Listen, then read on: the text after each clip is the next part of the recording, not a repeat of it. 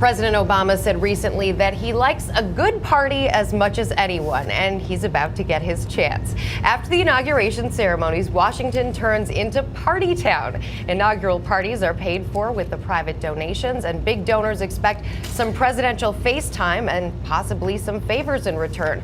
And there's no limit on how much they can give. An investigative reporter, Cheryl Atkinson, has more on that. She's at the grandstands in front of the White House, where President Obama will be reviewing the inaugural parade on Monday. Cheryl, good morning.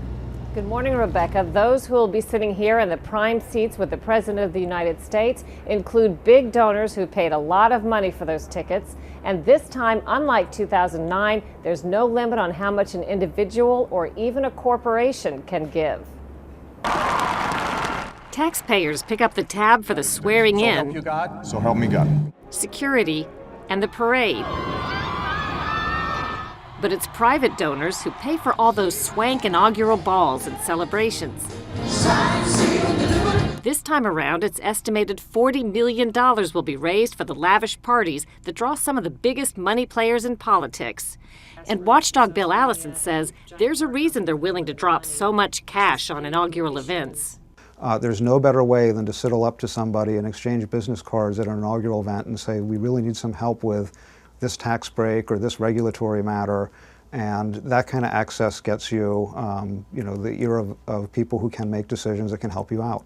Inaugural festivities have come a very long way since James Madison charged admission to the ball at the door in 1809. Nixon and Carter raised $3 to $4 million. Reagan 16 to 20. Bush 1 and Clinton about $30 million each. Bush 2 raised $42 million. Then in 2009, President Obama's inaugural committee shattered all records with $53 million donated by private citizens. This time, President Obama's inaugural committee did an about-face from 2009 and decided to accept corporate money and lift all limits on how much someone can donate. Big donors can buy package deals named after Presidents Washington, Adams, Jefferson, and Madison, with perks like tickets for reserved bleacher seats to the inaugural parade and a VIP reception at the candlelight celebration. Stephen Kerrigan heads up the inaugural committee. We're very comfortable with the way we're raising money. We know that we're breaking ground with the limitations against lobbyist and PAC money, and that we are the most transparent inaugural that we've ever had.